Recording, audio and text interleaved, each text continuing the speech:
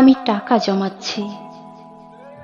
যেদিন অনেক টাকা হবে, সময় কেনার মতো টাকা, সেদিন কিছু সময় কিনে নেব।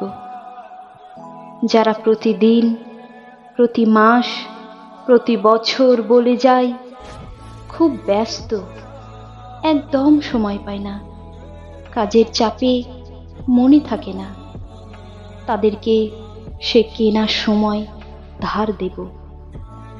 সময় কেনা হয়ে গেলে আমি আবারও টাকা জমাবো। এরপর কিছু অজুহাত কিনব, পৃথিবীর সমস্ত অজুহাত কিনে জমা করব। সময়ের অভাবে, অজুহাতের কারণে আর কেউ যেন প্রিয় মানুষদের ভুলে না যায়। তাই অফুরন্ত সময় আর শূন্য অজুহাতের এক পৃথিবী বানাবো।